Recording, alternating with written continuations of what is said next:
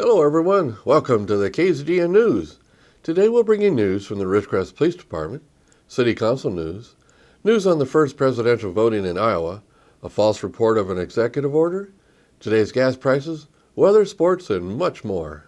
From the Rademacher Hills to Bee Mountain and the mighty Sierras, Ridgecrest to Inyokern and China Lake, this is your news for the Indian Wells Valley with the KZGN News crew.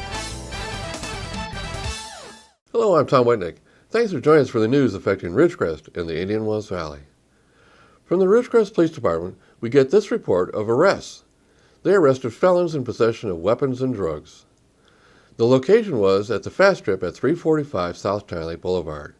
Arrested were Matthew Bunch, a white male, 25 years old from Bakersfield, and Timothy Alston, a white male, 25 years old, also from Bakersfield. Here's what happened. Last Thursday, at approximately 3:10 hours in the morning, officers of the Ridgecrest Police Department contacted Matthew Bunch, the driver, and Timothy Alston, the passenger, at the gas pumps of the Fast Strip located at 345 South China Lake Boulevard. During the contact, it was learned that Bunch was driving the vehicle on a suspended driver's license, and Alston had a warrant for his arrest. A search of the vehicle was conducted, and a loaded firearm was found.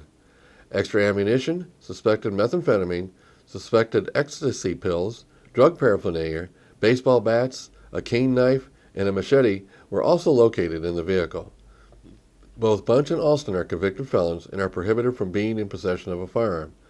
The vehicle was towed, and both Bunch and Alston were booked at the Kern County Jail and held on $202,000 and $215,000 bail, respectively.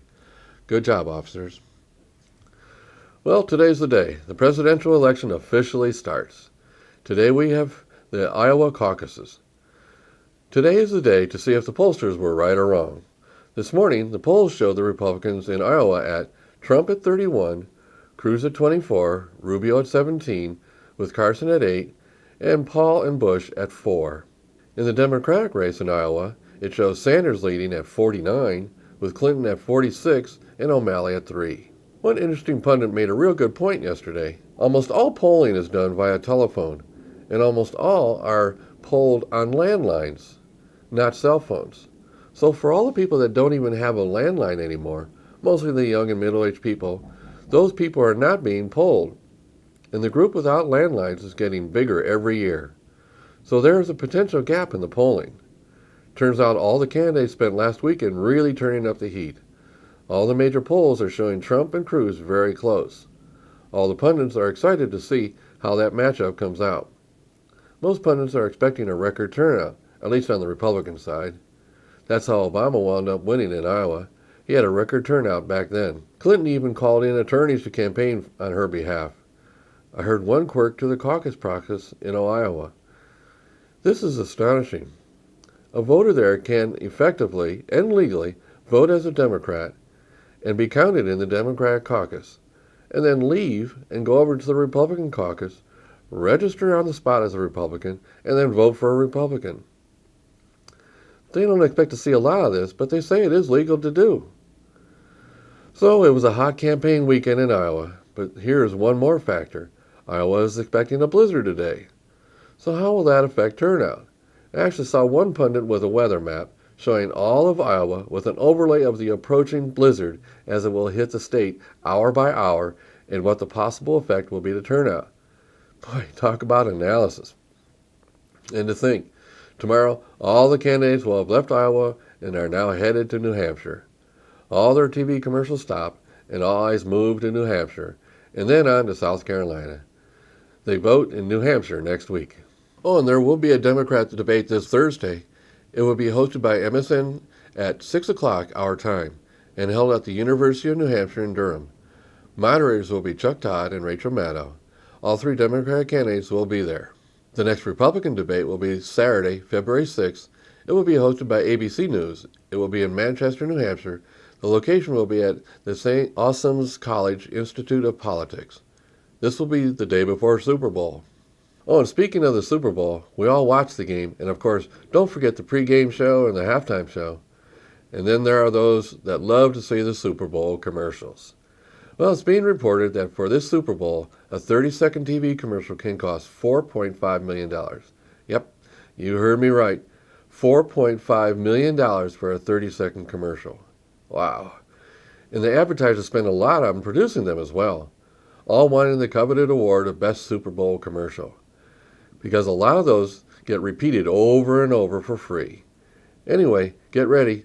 Super Bowl 50 is this Sunday, featuring the number one offense Carolina Panthers against the number one defense Denver Broncos. It'll be in San Francisco. It starts at 3:30 p.m. on CBS this Sunday. Get the pizza and chips ready. It's Super Bowl time. Well, the Ridgecrest City Council meets Wednesday for their regular meeting. The meeting will be at 6 p.m. at City Hall. On the agenda, they'll cover these items.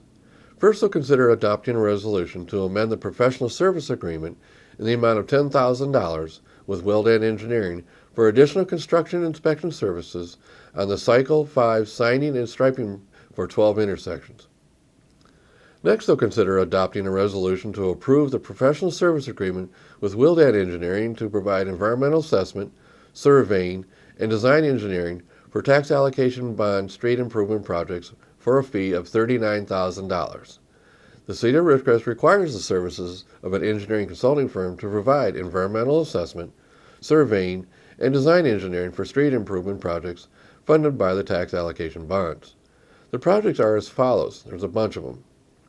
Sierra View Street from Mahan to Ranger Street, Cardigan Avenue from Chesapeake to Silver Ridge, Chesapeake from Bowman to Raider, Vicky Avenue from Downs to Randall Street, Sanders Street from Boston to Upjohn, Vicky Avenue from Carolyn to Downs, Silver Ridge Street from Upjohn Avenue to the cul-de-sac, Sierra View Street from Sidnor Avenue to Ward Avenue, Lakeland Street from Bowman Road to Cardigan, Alice Avenue from Peg Street to the cul-de-sac, Wayne Street from Ward to Graff Avenue, Sierra View Street from Ward Avenue to Inyakern Road.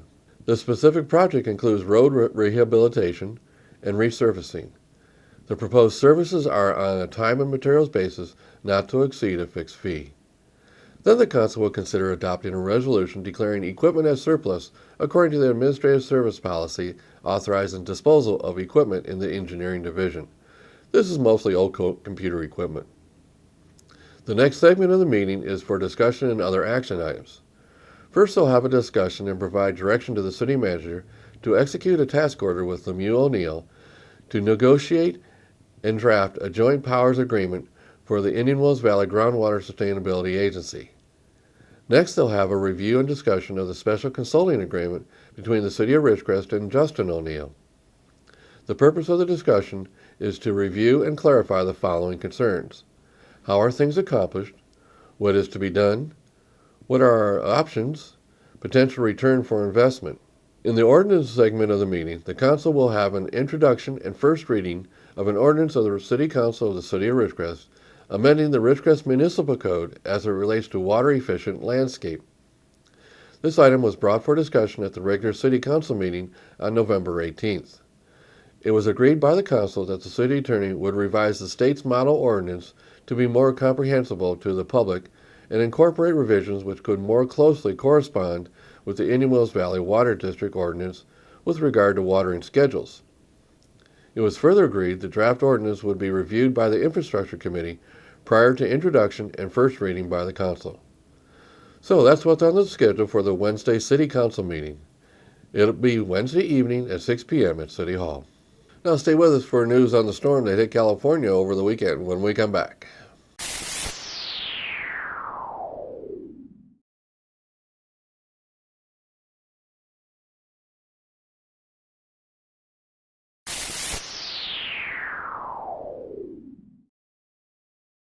Thanks for staying with us.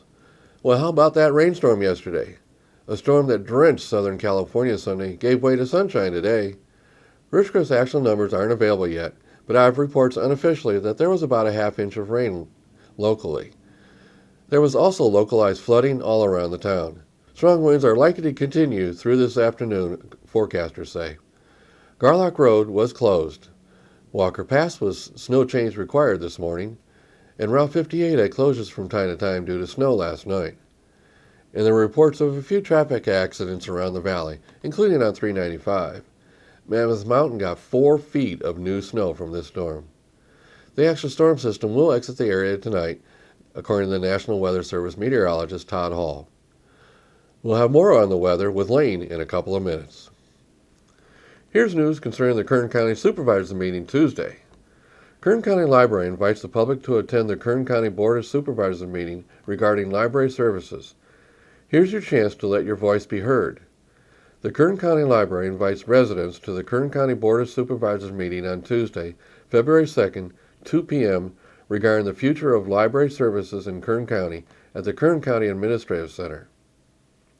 Through a comprehensive report, which includes the results and responses of a scientific poll, staff meetings, community meetings, and a library-developed survey, the Kern County Library, along with the Kern County Board of Supervisors and the County Administrative Office, will be discussing priorities and preferences for future library services.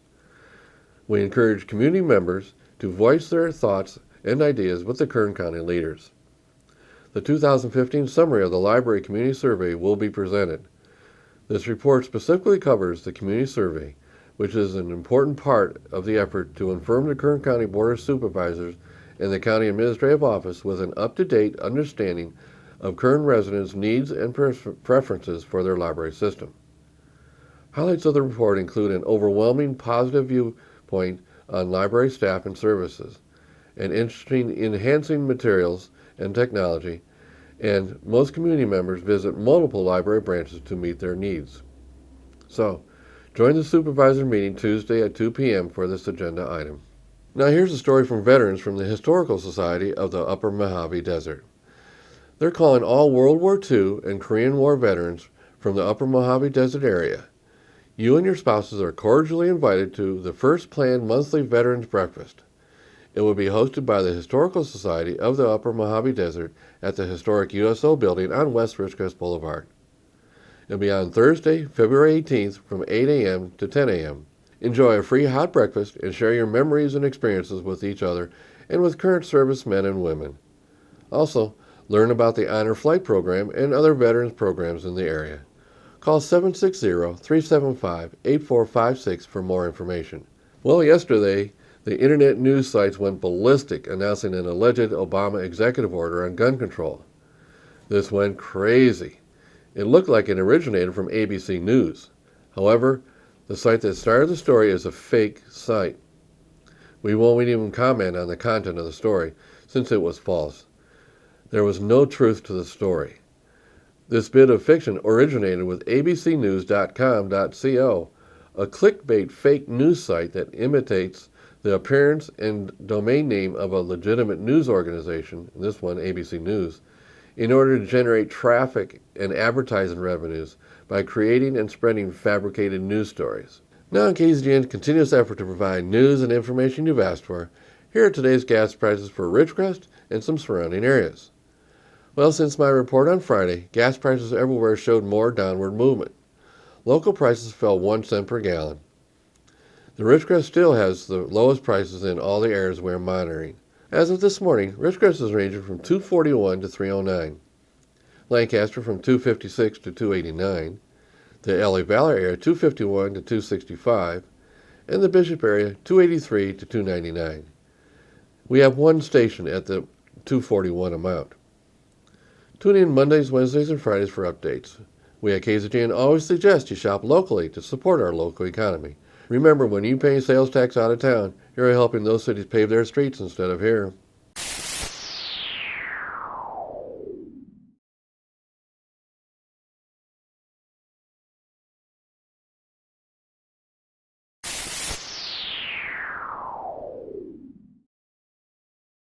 Thanks for staying with us. Now let's go to Lane for the weather. Thank you, Tom. From the National Weather Service, a developing area of low pressure will move from the southwest to the plains on Monday. As it does, it will bring strong winds and heavy snow from the southern Rockies to the central plains. In the higher elevations, 1 to 2 feet of snow is expected, with locally higher amounts possible. Temperatures across the nation. Carolinas at 65, Georgia at 66, Arkansas at 58, northern Texas at 59, Arizona at 50, and Los Angeles at 55. And for us locally, tonight, mostly clear with a low around 28, West wind 5 to 10 miles per hour. Tuesday, sunny with a high near 51, southwest wind 5 miles per hour. Tuesday night, mostly clear with a low around 30, east wind 5 miles per hour. Wednesday, sunny with a high near 53, with a calm wind. Wednesday night, partly cloudy with a low around 32, east-southeast wind 5 miles per hour. Thursday, sunny with a high near 56, northeast wind 5 miles per hour. Thursday night, mostly clear with a low around 35, east wind 5 miles per hour. And Friday, sunny with a high near 59, east-northeast wind 5 miles per hour. And that is your forecast for the IWV. Now back to Tom. So that's the news for today. All of the KZGN-TV know you have a choice in what you watch for your news. We all thank you for choosing KZGN-TV, Ridgecrest's only locally owned community TV station. Now stay tuned for Ridgecrest Talk coming up next.